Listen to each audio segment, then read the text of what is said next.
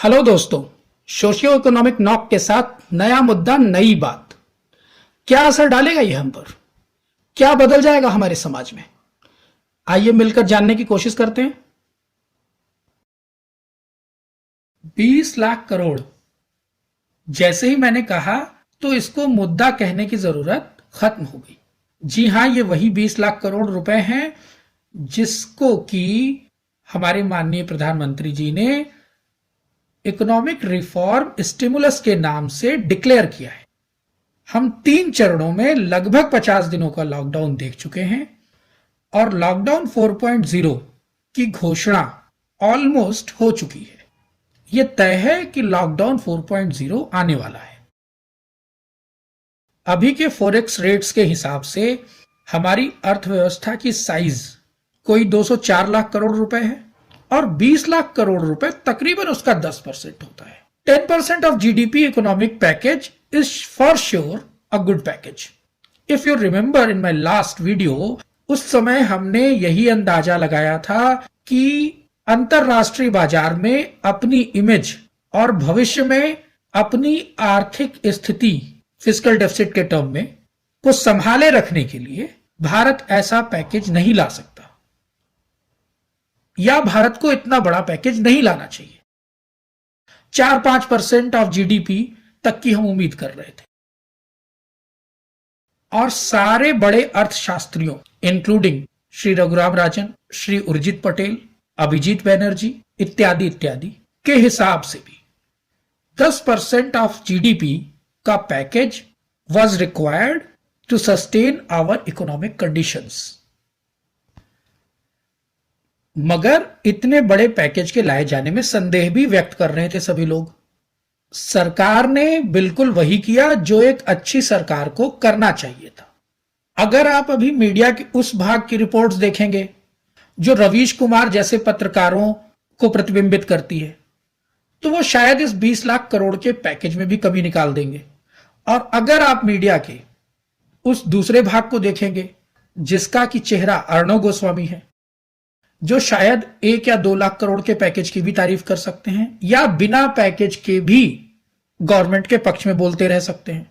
क्यों? क्योंकि हमारे देश में मीडिया की हालत इस समय यही है कि मेरी जानकारी में कोई भी निष्पक्ष चैनल है ही नहीं। सब या तो इस पार हैं लाइन के या तो उस पार। हालांकि पर्सनली मेरा मानना यही है कि अगर समाचार निष्पक्ष नहीं है तो वो दलील है किसी एक पक्ष की। मगर ठीक है, यह बात अभी हम जाने देते हैं क्योंकि यह कोई आर्थिक मुद्दा नहीं है। यह शुद्ध रूप से पत्रकारिता के बिजनेस के राजनीतिकरण का मामला है। मगर अभी हम जो बात करना चाहते हैं वो 20 लाख करोड़ के पैकेज की बात है।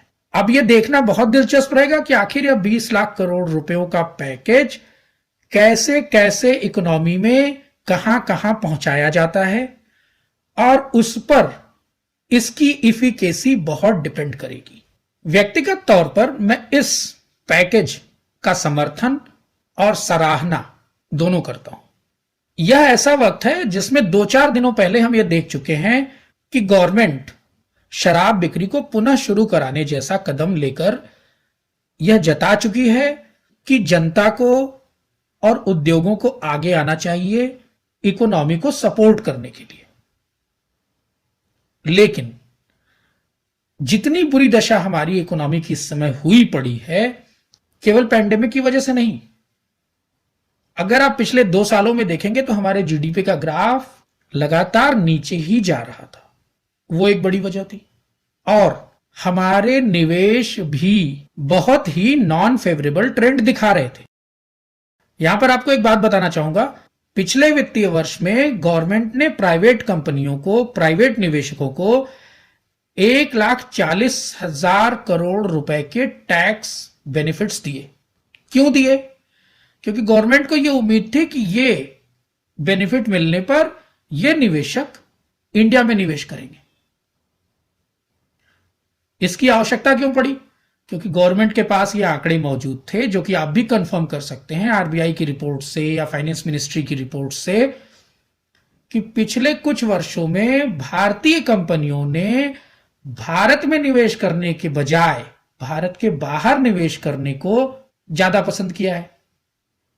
तो ऑब्वियसली हमारे जीडीपी की दशा और हमारे निवेश की दशा हमारे इकोनॉमी के लिए वैसे भी फेवरेबल नहीं चल रही थी। पैंडेमिक आया और हमारा कंजम्पशन बैठ गया। कंजम्पशन बैठना हमारे लिए बहुत बड़े कंसर्न का मैटर, बहुत बड़े कंसर्न का मैटर। क्यों? क्योंकि हमारी इकोनॉमी कंजम्पशन बेस्ड इकोनॉमी ही है। कोई 60 से 65% का कंट्रीब्यूशन जीडीपी में हमारे कंज्यूमर्स डिमांड की वजह से होता है। और लॉकडाउन के शुरू होने के बाद हमारी कंज्यूमर्स डिमांड बिल्कुल बैठ गई। क्यों? क्योंकि अगर कुछ बिका भी तो वो केवल इसेंशियल आइटम्स थे। कंज्यूमर ड्यूरेबल्स और ऑटोमोबाइल्स का सेल्स ऑलमोस्ट जीरो। इसी प्रकार से वो अन्य सभी वस्तुएं जिसे कि हमारा भारतीय कंज्यूमर गैर जरूरी समझता है, ऐसे टफ इकोनॉमिक कंडीशन में उस पर खर्च नहीं करेगा और नहीं किया। तो कुल मिलाकर हमारी इकोनॉमिक दशा इस समय ऐसी थी कि अगर आप जनता और उद्योगों से ये उम्मीद करेंगे कि वो आगे आए और इकोनॉमी को सहारा दें, तो ये बहुत ही इम्प्रैक्टिकल एक्सपेक्टेशन होगा और इससे हमारी अर्थव्यवस्था नहीं संभलेगी। तो गवर्नमेंट का यह कदम कि 20 लाख करोड़ रुपयों का एक पैकेज लाया जाए और उसके साथ ही साथ राष्ट्र के नाम उसी संबोधन में तकरीबन आधे घंटे का एक motivational speech as a nation's head Shri Modi ji has delivered, in which he has incited Indian community to rely on the locally manufactured goods. One more thing, Modi ji told in his speech that this is the time to make this crisis situation into an opportunity. And at a glance, it seems also that when many of the industries, many of the companies are leaving China, after the US has raised taxes on the goods imported from China, might take a route into India. लेकिन मैं आपको बताऊं ऐसा नहीं हुआ। तकरीबन 54 कंपनियों का आंकड़ा जो कि मैं देख सकता हूं अभी, उसमें से कोई 5% मतलब 3 या 4 कंपनीज ने ही इंडिया को चुना। बाकी सभी कंपनियों ने फिलीपींस, ताइवान या वियतनाम को चुना। उसके पीछे भी हमारे पुराने हालात हैं। पिछले कुछ सालों में भारत की राजनीतिक दशा जो कि हमारे लॉ एंड ऑर्डर को भी प्रभावित करती है और उद्यमों की स्टेबिलिटी के लिए बहुत महत्वपूर्ण फैक्टर होती है, ऐसी नहीं रही है जिसकी वजह से बाहर की कंपनीज ये रिस्क उठा पाए कि वो इंडिया में आकर हजारों करोड़ के प्रोजेक्ट लगा दें और उसके बाद कोई प्रॉब्लम हो जाए जिसकी वजह से उन्हें लॉस उठाना पड़े। और एक दूसरी वजह जो कि राजनीतिक नहीं है लेकिन वो टेक्नोलॉजी से संबंधित है, वो इस प्रकार कि हमारे यहां बिजली उत्पादन की दशा और बिजली के वितरण की दशा ऐसी है कि फ्लक्चुएशंस बहुत ज्यादा हुआ करते हैं और उनको कंट्रोल करने के लिए केवल पावर के कनेक्शंस सफिशिएंट नहीं होते हैं, पावर स्टेबलाइजेशन पर भी एडिशनली बहुत बड़ा खर्च करना पड़ता है। तब जाकर कहीं आप इलेक्ट्रॉनिक्स की कंपनीज को प्रॉपर इलेक्ट्रिकल इंफ्रास्ट्रक्चर प्रोवाइड कर सकते हैं। तो ये जो पुरानी दशाएं थी हमारी, वो पैंडेमिक की वजह से बनी एक अपॉर्चुनिटी को हैम्पर कर रही है और ये बात गवर्नमेंट को हम लोगों के मुकाबले ज्यादा भली प्रकार से पता है। तो 20 लाख करोड़ रुपए का पैकेज लाना गवर्नमेंट के सामने सबसे अच्छा विकल्प था क्योंकि ये त्वरित होगा बाकी सारे विकल्पों के मुकाबले। और दूसरे, लोकल लेवल पर अगर हम एंटरप्रेन्योर्स को मोटिवेट कर पाए तो लॉजिस्टिक्स का भी एक मैटर हमारे देश के लिए जो अभी तक डाउन साइड है, अप साइड के तौर पर विकसित हो जाएगा। हमारा बहुत सारा पैसा जो ट्रांसपोर्टेशन में खर्च हो जाया करता था, वो ट्रांसपोर्टेशन कॉस्ट और उसके साथ साथ फ्यूल वेस्टेज हम बचा पाएंगे। और अभी की ताजा स्थिति यही है कि ये पैकेज डिक्लेयर तो हो गया है लेकिन वित्त मंत्रालय इस पर अभी और कार्य कर रहा है और आगे आने वाले 2-3 दिनों के अंदर इसका फाइनल स्वरूप हमारे सामने आएगा, जिसमें हमें यह पता चलेगा कि जिन बातों पे मोदी जी ने जोर दिया है, जिसमें कि कुटीर, लघु और मझोले उद्योग सबसे ज्यादा हाईलाइट किए गए हैं, उनको किस प्रकार से लाभ पहुंचने वाला है, किस प्रकार से इस पैकेज का वितरण हमारे इकोनॉमी के दूरस्थ हिस्सों तक होने वाला है। और उस बात के लिए बहुत जल्दी मैं और एक विस्तृत वीडियो लेकर आपके समक्ष प्रस्तुत होऊंगा 2-3 दिनों के बाद। अभी के लिए अगर आपको यह वीडियो पसंद आया तो इसे जरूर अपने सारे दोस्तों के साथ साझा करें।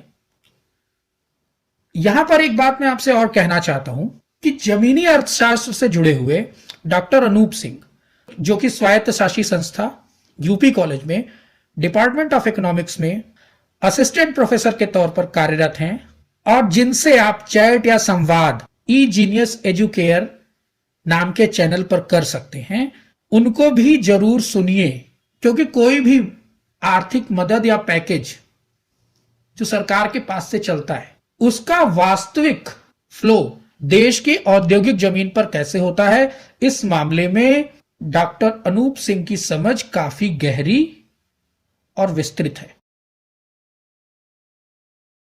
हमारे चैनल को सब्सक्राइब कीजिए और नोटिफिकेशन बेल को भी दबाइए, जिससे कि हमारे आने वाले वीडियोस की नोटिफिकेशन आपके पास पहुंचती रहे।